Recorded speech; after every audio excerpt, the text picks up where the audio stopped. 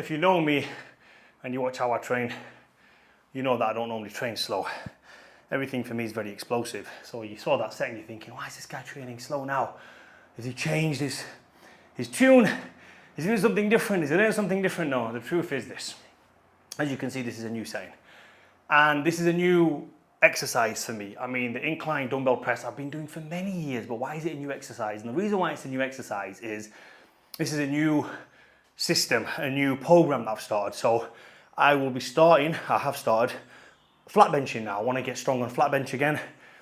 Started flat benching, and then after the flat bench, I'm doing incline dumbbells. Now, for many years, I did incline barbell and flat dumbbells.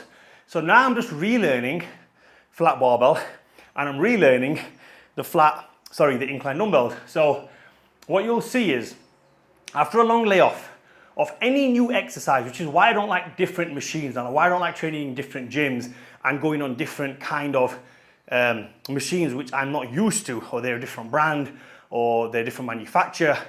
And the reason for that is because you're gonna get injured, simple as.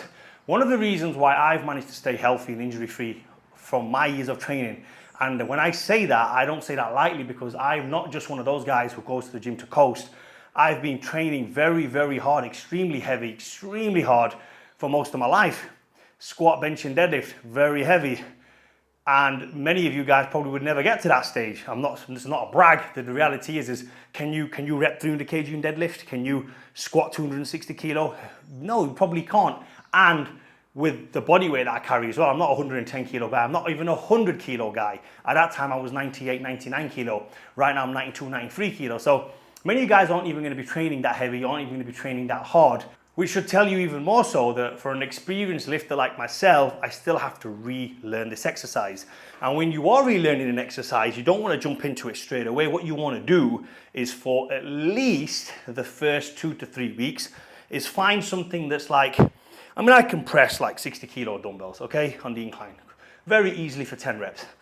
This right now is 18 kilogram, so it's 30% of my max I've ever been on dumbbells. I never used to really go heavier than that on dumbbells. I didn't want to injure myself. So 18 kilograms, and the reason why I'm doing these now for a few weeks, this is week 1, is really slow, just to let my body know what's going on. And not only am I doing these slow, I'm doing them in an exaggerated range of motion. So I'd never touch my shoulders and stretch and squeeze at the top this high, all the way down and all the way up. And the reason why, hope you guys can hear me, I'm going very slow, methodically, at the bottom, stretching it, exaggerating, is because in the coming weeks, when I do start going really heavy, then my body can know, and it's already been past this point where it's supposed to get injured, where it's supposed to crack, where it's supposed to break. But what I'm doing is I'm pushing it past and beyond those limits. So when I do the middle portion of this exercise, which is going to be 80% range of motion compared to this exaggerated stretch and this exaggerated press that I'm doing now, then the theory is, and it's not just the theory because I've studied this for a very long time, I've done it myself, used it on many clients as well, is that if you do this correctly now, when I do come to lift the heavy weights, when I do come to start really focusing on how much weight I can move, it's going to be very easy. So exaggerate at the top, that extra 5%, and at the bottom, give it an extra 5-10%. And when you come to training in your normal kind of training protocol, then the middle bit, you're just going to be hitting the middle bit, which will still to anybody else be normal range of motion. Anybody else watching that will be like, okay, that's full range of motion. And I know that is because when you do powerlifting, it has to be full range of motion. There's no, you get marked down on technique. You do get marked on technique. So it's like, is this guy touching his chest? Yes. Is he locking out the top? Yes. Okay, great. But when you're doing this kind of stuff today, I should have shown you the bench press as well, but maybe for another video, go over the lockout. And I would never, ever, ever say this to anybody other than you're starting a new cycle and the weight is very, very light. Exaggerate that lockout, let your scapula come off the bench. Fully lock out, and when you come to the bottom, exaggerate it. Only for 2 to 3 weeks with lightish weight, 20-30% of your max set that you can normally take it to. Not 1 rep max, guys, don't do 1 rep max. So let's say today I use 60 stuttering. Today I use 60 kilo on the bar. My 1 rep max is like 160. So, you know, that's the kind of range you want to be working with. If you're a little bit weaker than that, start light, just use the bar even, it's okay. No one's watching, you're not breaking records. It's not one of those things like, oh, you can only lift 60 kilo, you can only do dumbbell presses for 18 kgs. It don't mean dick, bro. It's your shoulders, longevity, keep everything fresh, keep everything healthy.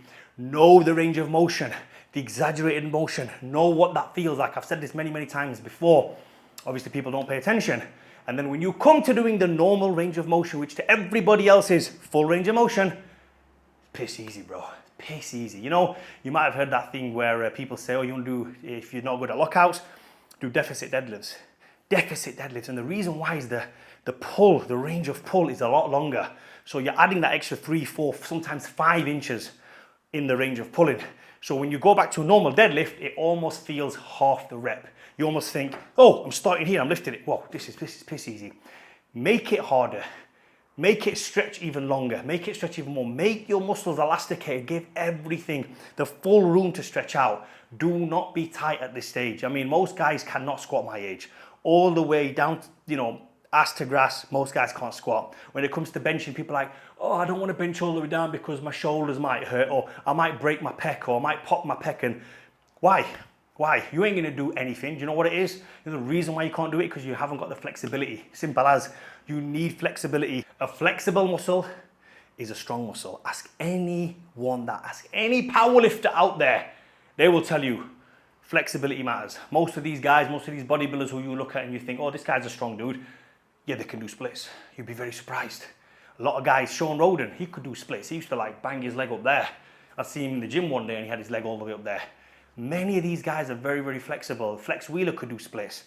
Sergio Olivier could do splits. Kevin Levrone almost could do splits. If I remember, did he ever do splits on stage? I don't know. Rolly Winkler could do backflips. That's how flexible the guy was. So you've got to work those exaggerated ranges of motions. You know, don't rush this game. There's plenty of time to lift heavy. But before you start a heavy cycle or before you start even something new, like, let me just tell you something about how non-new this is. Incline dumbbells is one of the first exercises I did when I got a bench at home. Incline dumbbells, that's how old incline dumbbells is. I've been doing incline dumbbells for about 20 years, right? Yes, I haven't done any incline dumbbells for, let's say, I don't know, 6 months or so, but still, I'm being smart. Still, I'm telling myself, Fadi, this is a new range of motion, this is a new technique. Go through it fully. New handles on the dumbbells, there's different dumbbells. New bench, this is a brand new bench. I'm in a new environment. Give everything a stretch. Because when it comes to training, you're never ever gonna stretch this much. Let me just show you an example. If I was to do this a proper way, this would what would be the technique. That would be the technique. And that is full range of motion. But right now, we're not doing that. We're going beyond full range of motion. So learn how that feels. Do it, try it, and thank me later.